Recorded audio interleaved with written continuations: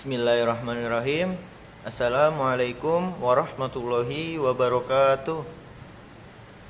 Selamat pagi semua, selamat siang, selamat sore, dan selamat malam, waktu kapanpun kalian menonton video ini. Salam sejahtera bagi kita semua. Salam, Om Swastiastu, Namo Buddhaya, dan salam kebajikan. Pertama-tama, izinkan saya memperkenalkan diri saya. Nama saya adalah Gifari Putra Nurjaya dari Fakultas Ilmu Hukum, jurusan Hukum, dengan NIM 202040401136. Pertama-tama izinkan saya sekedar mencurahkan isi hati saya yang paling dalam. Sejujurnya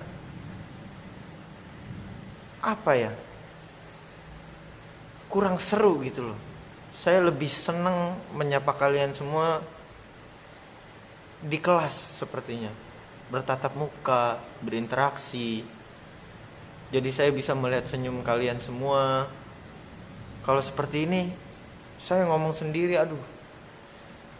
Tapi gak apa-apa,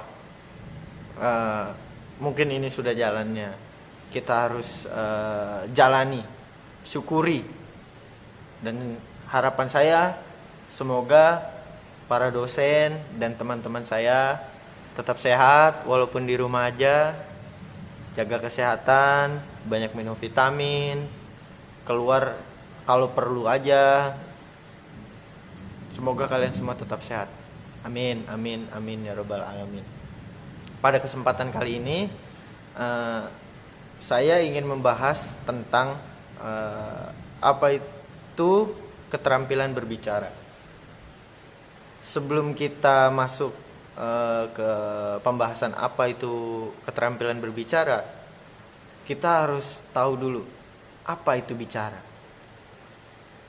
Bicara itu adalah suatu kegiatan yang kita lakukan sehari-hari. Berbicara adalah kemampuan mengucapkan bunyi-bunyi bahasa atau kata-kata untuk mengekspresikan pikiran. Selanjutnya, dikatakan bahwa berbicara merupakan bentuk perilaku manusia yang memanfaatkan faktor fisik, psikis, neurologi, sistematik, dan linguistik secara ekstensif, sehingga dapat dianggap sebagai alat yang sangat penting untuk melakukan kontrol sosial.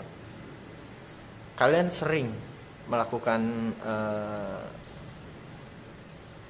pembicaraan gitu. Ketika kalian bermain dengan teman kalian, kumpul dengan kawan-kawan satu fakultas, satu prodi, kalian pasti berbicara. Entah itu gosip, apa sih ngomongin orang ya kan? Itu berbicara. Namun keterampilan berbicara adalah keterampilan mengucapkan bunyi-bunyi artikulasi atau mengucapkan kata-kata untuk menceritakan, mengekspresikan, menyatakan, menyampaikan gagasan pikiran pada orang lain. Untuk menyampaikan,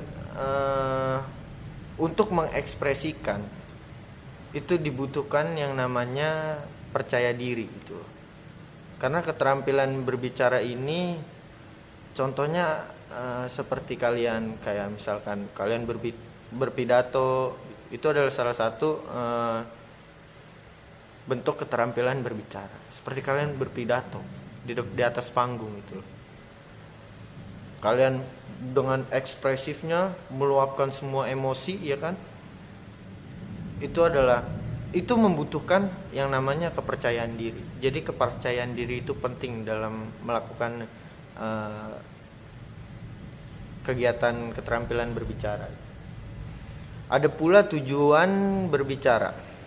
Tujuan berbicara merupakan hal yang sangat penting untuk ditentukan sebelum seseorang pembicara memaparkan gagasannya. Tujuan berbicara merupakan pedoman bagi pembaca untuk membangun, mengemas, dan menyampaikan idenya. untuk sebuah perbicaraan tertentu. Perbedaan tujuan berpengaruh pada bentuk ide yang dikembangkan, kemasan yang digunakan, dan performa penyampaiannya. Tujuan berbicara yang dimaksud adalah sebagai berikut. Yang pertama adalah tujuan informatif. Tujuan informatif merupakan tujuan pembicara yang dipilih pembicara ketika ia bermaksud menyampaikan gagasannya untuk membangun pengetahuan pendengar. Tujuan ini selanjutnya akan lebih sempurna jika bukan hanya bersifat informatif, melainkan komunikatif, yakni terjadinya timbal balik antara gagasan yang disampaikan pembicara dengan respon yang dihasilkan pendengar. Tujuan berbicara jenis ini merupakan tujuan yang paling dominan dilakukan dalam kehidupan sehari-hari, seperti menerangkan sesuatu, menjelaskan proses, konsep, dan data, mendeskripsikan benda, dan berbagai kegiatan informasional lainnya. Yang selanjutnya, reaktif. Tujuan reaktif merupakan tujuan berbicara untuk memberikan kesan menyenangkan bagi diri pembicara dan juga pendengar. Jenis tujuan ini adalah untuk menghibur pendengar sehingga pendengar merasa terhibur dengan adanya pembicaraan yang kita lakukan. Pembicaraan semacam ini biasanya berbentuk lawakan, guyonan, dan candaan. Namun demikian, bergosip. Ayo, siapa tuh yang sering gosip? Bergosip juga merupakan suatu dari pembicaraan reaktif gitu. Yang selanjutnya ini persuasif. Tujuan persuasif merupakan tujuan pembicaraan yang menekankan daya bujuk sehingga kekuatannya. Daya bujuk sebagai kekuatannya.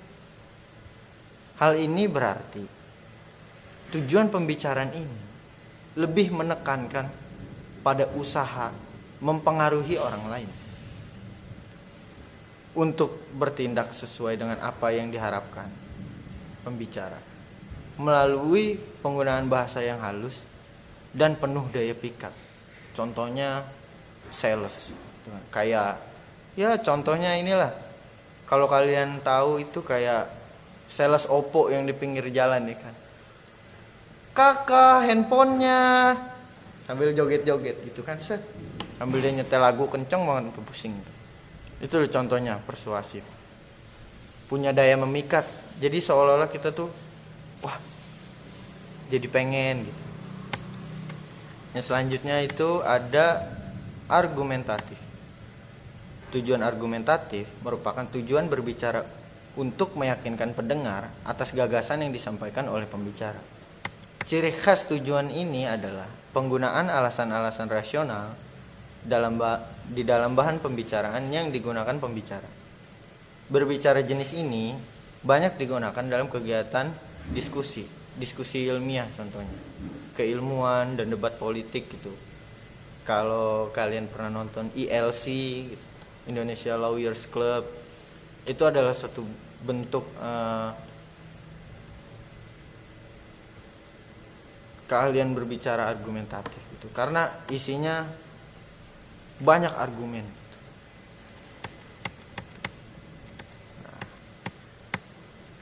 Selanjutnya adalah manfaat keterampilan berbicara.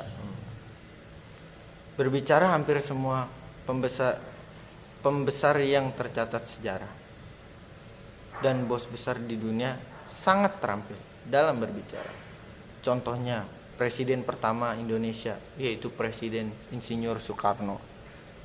Sebab berbicara adalah salah satu penyampaian gagasan yang menjadi sarana berbagai Selanjutnya, manfaat keterampilan berbicara, yaitu hampir semua pembesar yang tercatat sejarah dan bos besar di dunia yang ada di dunia ini sangat terampil dalam berbicara. Contohnya Presiden pertama Indonesia, yaitu Bapak Insinyur Haji Soekarno. Sebab berbicara adalah salah satu penyampaian gagasan yang menjadi sarana berbagai pengetahuan antar kelompok dan antar individu yang paling efektif. Manfaat keterampilan berbicara adalah sebagai berikut. Yang pertama adalah komunikasi dengan antar individu dan kelompok menjadi lebih efektif. Lalu melancarkan pertukaran informasi.